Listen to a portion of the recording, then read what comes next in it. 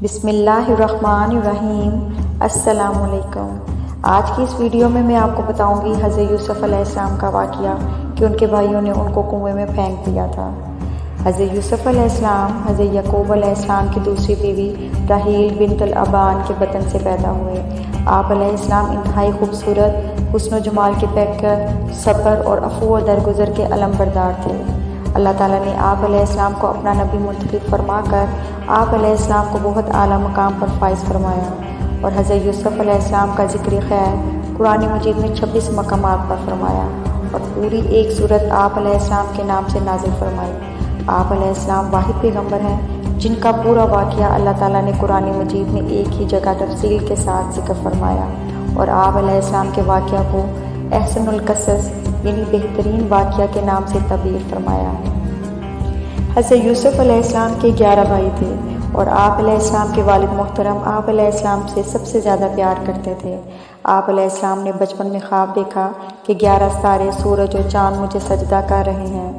آپ علیہ السلام نے اپنا یہ خواب اپنے والد محترم حضرت یعقوب علیہ السلام سے بیان کیا۔ حضرت یعقوب علیہ السلام نے اپنے چہیتے بیٹے کا خواب سنا تو فوراً سمجھ گئے کہ اللہ تعالیٰ اس بیٹے کو دنیا اور آخرت میں اعلیٰ مقام عطا فرمانے والے ہیں۔ حضرت یعقوب علیہ السلام نے حضرت یوسف علیہ السلام کو نصیحت فرمائی کہ یہ خواب اپنے سوتیلے بھائیوں سے ذکر نہ کرنا، ہو سکتا ہے کہ تمہارے بھائی شیطان کے بہکاوے میں آ کر کوئی ایسی حرکت کر بیٹھیں جو تمہارے اور ان کے لیے نقصان دہ ہو۔ حضرت یوسف علیہ السلام کا خواب سننے کے بعد حضرت یعقوب علیہ السلام نے ان میں نبی بننے کے آثار دیکھے تو ان سے زیادہ محبت کرنے لگے۔ حضرت یوسف علیہ السلام کے سوتیلے بھائیوں کو یہ محبت برداشت نہ ہوئی، اور وہ حسد کی آگ میں جل کر حضرت یوسف علیہ السلام کے خلاف سازشیں کرنے لگے۔ سوتیلے بھائیوں نے حضرت یوسف علیہ السلام کو باپ کی نگاہوں سے اوجھل کرنے کا فیصلہ کر لیا، اور آپس میں یہ مشورہ کیا کہ یوسف علیہ السلام کو یا تو جان سے مار ڈالیں یا اور کسی جگہ پر چھوڑ آئیں جہاں سے یہ واپس نہ آ سکیں۔ ایسا کرنے سے والد محترم کی مکمل توجہ ہماری طرف ہو جائے گی۔ ایک بھائی نے کہا کہ انہیں جان سے مارنا بہتر نہیں، البتہ کسی گہرے کنویں میں ڈال دو تاکہ کوئی راہ چلتا مسافر اسے لے کر کسی دوسرے ملک لے جائے۔ اس طرح تم یوسف علیہ السلام سے بھی چھٹکارا حاصل کر لو گے اور اپنے باپ کی توجہ کو بھی پا لو گے۔ سب نے اس رائے پر اتفاق کیا اور اسے عملی جامہ پہنانے کے لیے کوششیں شروع کر دیں۔ حضرت یوسف علیہ السلام کے سوتیلے بھائی اس کوشش میں تھے کہ کسی نہ کسی طرح اپنے اس بھائی کو اپنے ساتھ لے کر جائیں اور کسی گہرے کنویں میں پھینک دیں تاکہ کوئی مسافر انہیں اٹھا کر لے جائے۔ ایک دن وہ اپنے والد محترم کے پاس آئے اور اپنی ہمدردی کا یقین دلاتے ہوئے کہنے لگے کہ اے ابا جان، آپ یوسف علیہ السلام کے بارے میں ہم پر اعتبار کریں۔ دنیا میں بھائی سے زیادہ بھائی کا سچا خیر خواہ کون ہو سکتا ہے؟ کل ہم سیر و تفریح کے لیے جا رہے ہیں، آپ یوسف علیہ السلام کو بھی ہمارے ساتھ بھیج دیں تاکہ ہم سب مل جل کر کھائیں پئیں اور کھیلیں۔ حضرت یعقوب علیہ السلام نے خدشہ ظاہر کیا کہ یہ ابھی چھوٹے ہیں، کہیں ایسا نہ ہو کہ تم کھیل کود میں مصروف ہو جاؤ اور انہیں بھیڑیا کھا جائے۔ لیکن بھائیوں نے اپنے والد محترم کو یوسف علیہ السلام کے تحفظ کا پورا یقین دلایا۔ آخرکار حضرت یعقوب علیہ السلام نے انہیں یوسف علیہ السلام کو اپنے ساتھ لے جانے کی اجازت دے دی۔ حضرت یعقوب علیہ السلام کو مطمئن کرنے کے بعد آپ علیہ السلام کے بھائی انہیں لے کر چل پڑے۔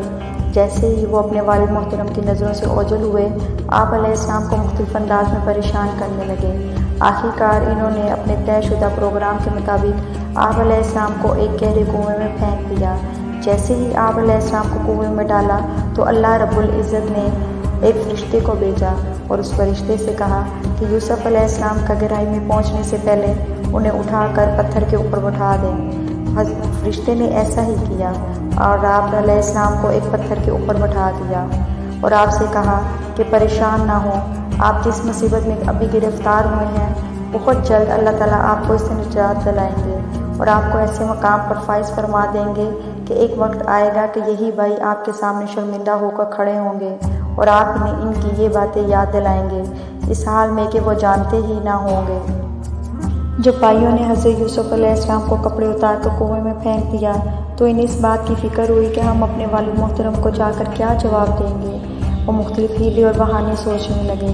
آخر یہ طے پایا کہ سب یک زبان ہو کر کہیں گے کہ یوسف علیہ السلام کو بھیڑیا کھا گیا ہے۔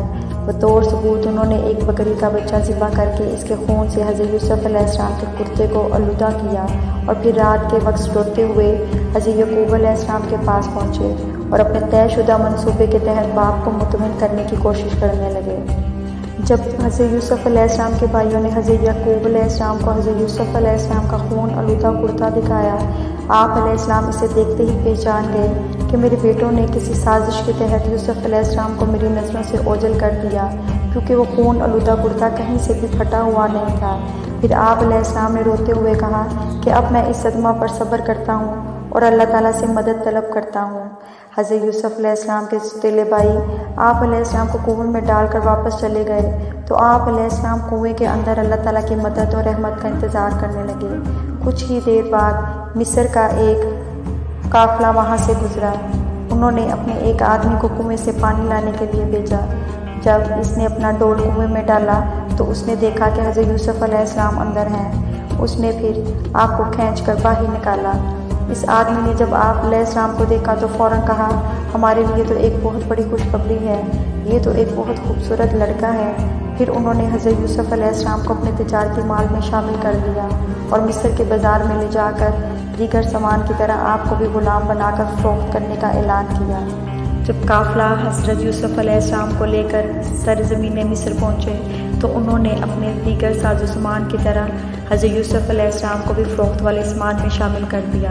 آپ علیہ السلام کے ذریعے اللہ تعالیٰ اہل مصر پر رحمت نازل فرمانے والے تھے اور آپ علیہ السلام کے ہاتھوں میں حکومت کی باغ ڈور دینے والے تھے، اس لیے عزیز مصر نے آ کر آپ علیہ السلام کو دیکھتے ہی قافلے والوں سے خرید لیا، کیونکہ اسے آپ علیہ السلام کی پیشانی پر خیر و برکت کے آثار نظر آ گئے تھے۔